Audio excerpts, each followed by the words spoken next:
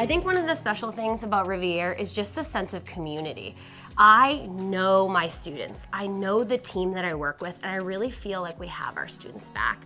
All right, Derek, this is Mr. Yoder Sherman. He is a 79-year-old male who came into the emergency room last night because he was short of breath. From day one, they really push a sense of therapeutic communication and patient-centered communication, just like seeing how you would talk to someone who just needs help.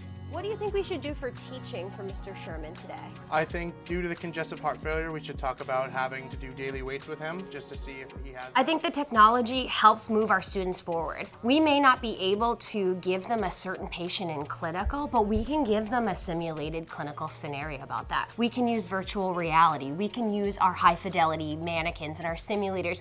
We can give them lung sounds they've never heard before in the clinical environment. So we can create whatever they need. His accessory muscles working too when he's just like standing there too and breathing. So I'm in capstone right now with a granite VNA, and one of the patients told me after I completed my first wound vac, hey, you did it, great job, I'm so proud of you. And that like resonated a lot to me because it shows that like they have a sense of trust in me and that I can actually do it.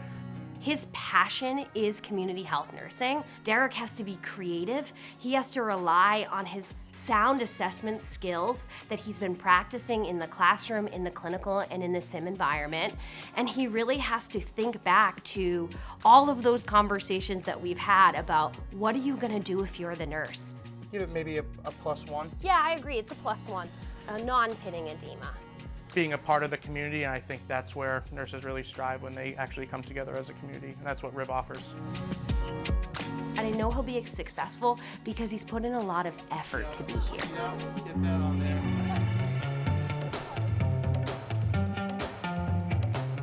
Get down the other way, be loud, be obnoxious, have fun.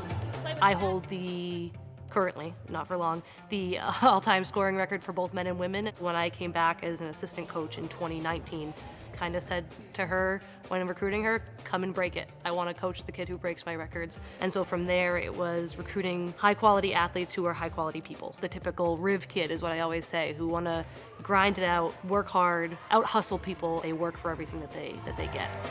Family on three, 1, 2, 3, Family.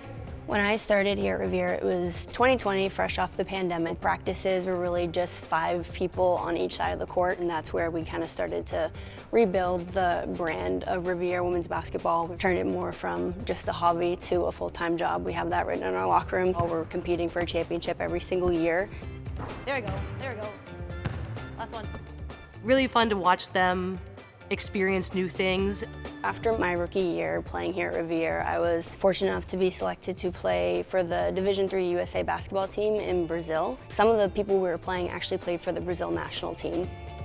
It was the WBCA All-Star Game. I got to connect with a lot of really great players from all across the country, which was a really unique experience. For her to play on that stage against some of the bigger names in D3, we're going to be a more respected program just by having that recognition. Having someone like her at the head of our program who really works hard and is so special as a player, but she also puts in the work outside of practice. In practice, she's the hardest working player every time, and that's not always the case with your leading scorer.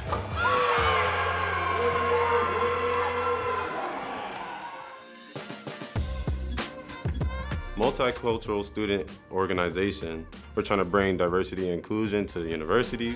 So I told Chance I wanted him to be an assistant director or coordinator. I wanted him to really get that job experience. We have to just keep grinding because we're right there and we're not done. I do all the behind the scenes stuff, and MSO, we've had a great few months of events and we're only gonna get better. I feel like the block party is always a good one because that's where we can have Polaroids, we have mini golf, we have the water slide.